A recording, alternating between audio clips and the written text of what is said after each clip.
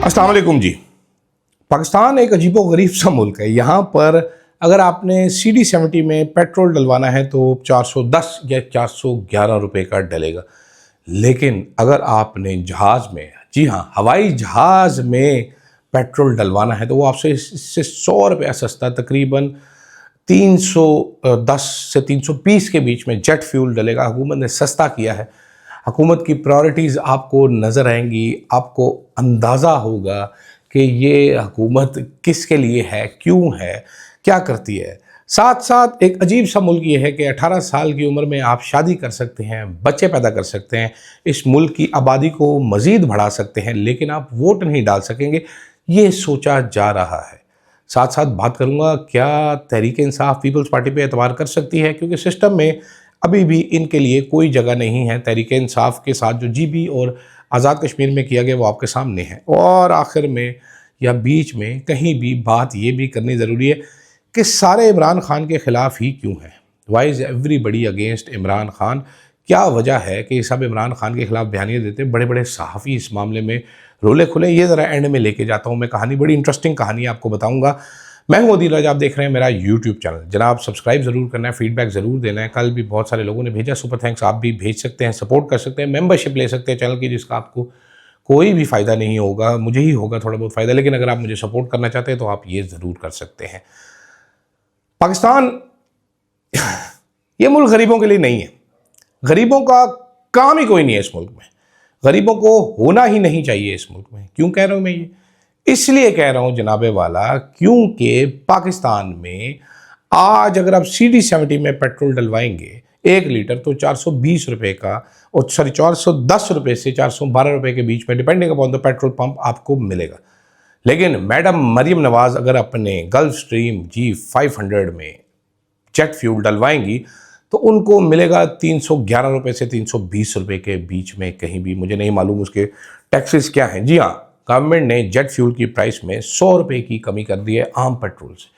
ये आपको बताता है। अब जहाज़ विदाउट अ डाउट टोटली अशराफिया की सवारी है, सिवाय एक उसमें वो जब आम लोग, गरीब लोग अपनी सारी ज़िंदगी की जमा पूंजी लगाकर हज पे जाते हैं। हज ऑपरेशन तकरीबन कंप्लीट होने वाला है। जिन्होंने टिकट्स लिए हैं उनको उन्हीं कीमतों पर टिकट्स मिलेंगे। तो ये हुकूमत ये नहीं कह सकती कि जनाब हमने हज वालों के लिए सस्ता किया है पेट्रोल। बिल्कुल हज ज़ायरीन के लिए या उम्रा ज़ायरीन के लिए सस्ता नहीं किया गया जेट फ्यूल, ये अपने लिए किया गया। ज़ाहिर बात है, तमाम वज़रा, चीफ़ मिनिस्टर्स, तमाम जो हमारी मैडम चीफ़ मिनिस्टर हैं, हमारे बड़े बड़े लोग हैं इस मुल्क के, वो जहाज़ों पे ही सफ़र करते हैं। उनकी दुबर जो है वो गाड़ी में नहीं ज़्यादा देर टिकती। अभी मरीम नवाज़ शरीफ साहिबा ने बाकू भी जाना है या जा चुकी हैं बाकू। लंबे लंबे सफ़र वो करती है अपने नए जहाज़ पे। उस दिन उनका नए जहाज़ का दर्शन भी हुआ है कौम को, जब वो बाकू जा रही थी शायद, तो दिखाया गया नया जहाज़ में बैठ के जा रही हैं। जो जहाज़ जिसके बारे में अज़मा बुखारी साहिबा फरमाती हैं कि ये हमने लिया है एयर पंजाब के लिए। वो एयर पंजाब तो बनी नहीं, मरीम नवाज़ मंड रही हैं, जहाज़ को मंडती चली जा रही है। ये आपकी औकात है, ये आपकी हकीकत है इस मुल्क में। इसके अलावा आप कुछ भी नहीं, कि कहीं भी नहीं स्टैंड करते। मतलब इतना मजाका खेज़ मवाद है, इतना मजाका खेज़ माहौल है। आप ये देखिए कि राना सनाउल्लाह साहब, ये अलीना शिकरी साहिबा के प्रोग्राम में पिछले साल भी कह चुके हैं, बार बार अब बोल रहे हैं कि वोटर की उम्र बढ़ाने के हवाले से भी एक सोच ज़ेरे गौर है कि 22 साल कर दी जाए, 25 साल कर दी जाए, करोड़ों वोटरों को एक्सक्लूड कर दिया जाए। क्यों किया जाएगा ये? क्यों किया जाएगा? हम सबको मालूम है, हम सबको पता है कि यूथ जितना भी है वो इमरान खान का वोटर है। डेमोग्राफ चेंज करके शायद उनके वोट कम किए जा सकते, अपने गेन ना किए जाए, लेकिन मुखालिफ पार्टी के वोट कम किए जा सकते हैं। लेकिन राना साहब को आइडिया नहीं हो रहा कि इस टाइम तो सारे ताजिर भी आपसे नफरत करते हैं, इस टाइम तो सारे बाबे भी आपसे नफरत करते हैं, सिवाय चंद रिटायर्ड बाबों को, जिनको आप बार बार नौकरियां दे के, पेंशनें दे के अपने साथ जोड़ कर रखा हुआ है, या शायद जिनकी मराद ख़त्म हो जाए अगर वो आपके साथ जुड़े ना जुड़े। उसके अलावा तो सारे आपसे नफरत करते हैं। आपका वोटर तो कहीं है ही नहीं, एग्जिस्ट ही नहीं करता, सिवाय चंद पागल पटवारियों के जो लुडी डालते जा रहे हैं। मतलब हसीन तरीन बात है कि इस मुल्क में आप 18 साल की उम्र में, बल्कि 18 साल की कम उम्र में भी शादी करके बच्चे पैदा कर सकते हैं। लीगल एज 18 साल है, इससे कम उम्र में भी लोग कर लेते हैं, बच्चे पैदा कर सकते हैं, मजीद वोटर इस दुनिया में लेके आ सकते हैं, लेकिन आप वोट नहीं डाल सकते। यहाँ पर चाइल्ड लेबर है, छोटे छोटे बच्चे मजदूरियाँ करते हैं। आप अक्सर गाड़ियों की दुकानों पर जाएँ, वहाँ पर तो, और छोटे इधर कह के आप छोटे को आप खुद भी बुला लेते, छोटे यार पानी से पिला दें, छोटा आपकी गाड़ी का टायर खोलता है। इनिशियल काम आपकी गाड़ी पे, महंगी गाड़ी पे छोटा शुरू करता है।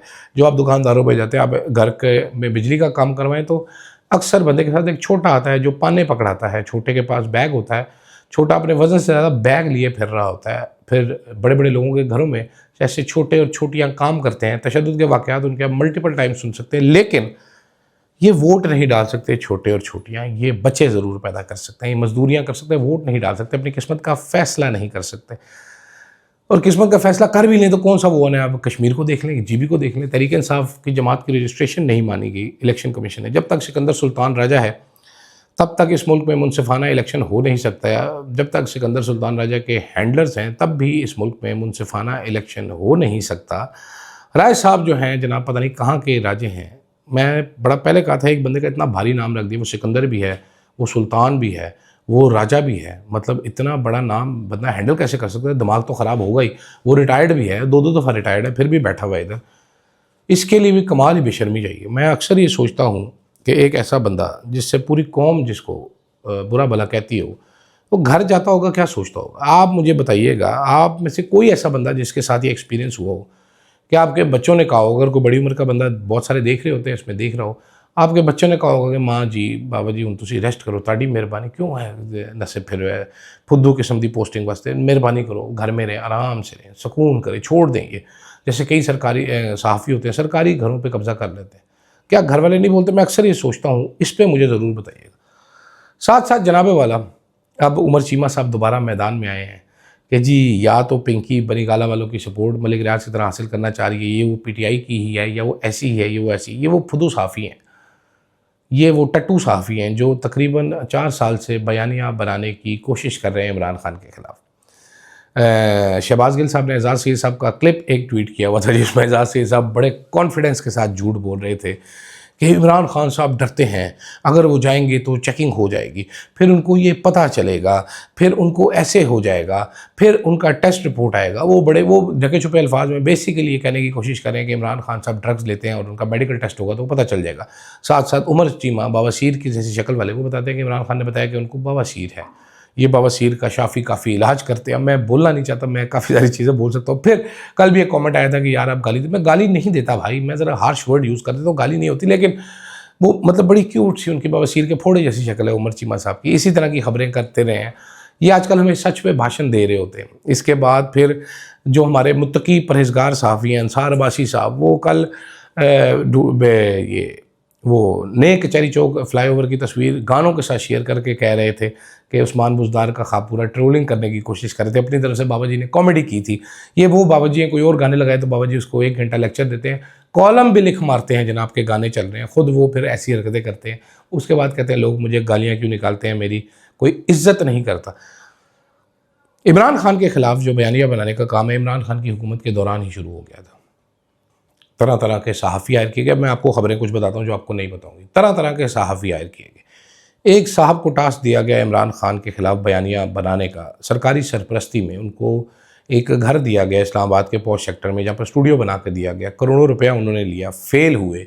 उसके बाद यही टास्क एक ग्रुप ऑफ सहाफ़ियों के दरपेश आया।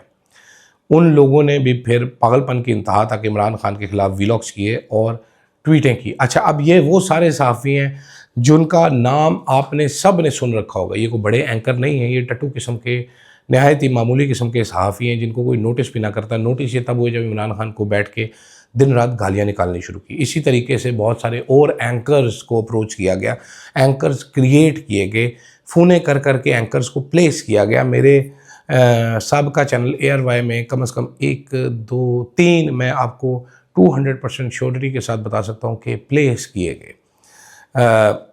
पाकिस्तान का जो सबसे बड़ा चैनल होने का दावेदार है, वहाँ पर 1, 2, 3, 4, अच्छा उसके बाद 5, 6 बंदे जो हैं, उनमें से 2 बंदे उन्होंने दिए कि ये आपके हो गए, ये आपके कहने पर प्रोग्राम करेंगे। बाकी उसके अलावा भर्ती किए गए, मुख्तलिफ प्रोग्रामों में इंजेक्ट किए गए कि अब इनको हम यहाँ पर रख के बयानिया बनवाएंगे।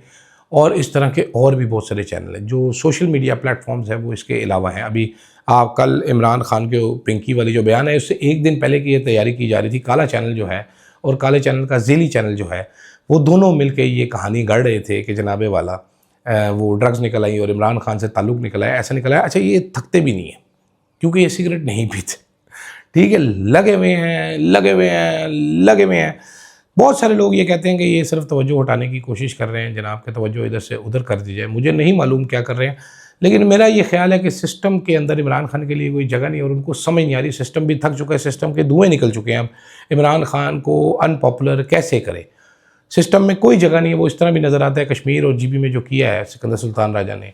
अब तहरीक इंसाफ जो है वो जा रही है पीपल्स पार्टी के करीब, लेकिन क्या पीपल्स पार्टी सिर्फ अपना वज़न, अपना रेट बढ़ाने के लिए को फैसला करेगी या तहरीक इंसाफ के साथ खड़ी होगी? मेरा नहीं ख्याल बिलावल भुट्टो साहब में इतनी तड़ है कि वो खड़े हो सकें, ना जरदारी साहब में, ना ही पीपल्स पार्टी के किसी और बंदे में। तो देखते हैं क्या होता है जनाबे वाला, सोचते हैं क्या होता है, कब होता है, कैसे होता है, ये सारी चीज़ें हम देखेंगे आने वाले दिनों में। मैंने कहा ज़रा सुबह सुबह वीलॉग करके ठंडा माठा सा, बग़ैर किसी गंदी ज़ुबान के, पुरसुकून अंदाज में आपको समझाने की कोशिश करूँ कहानी क्या है।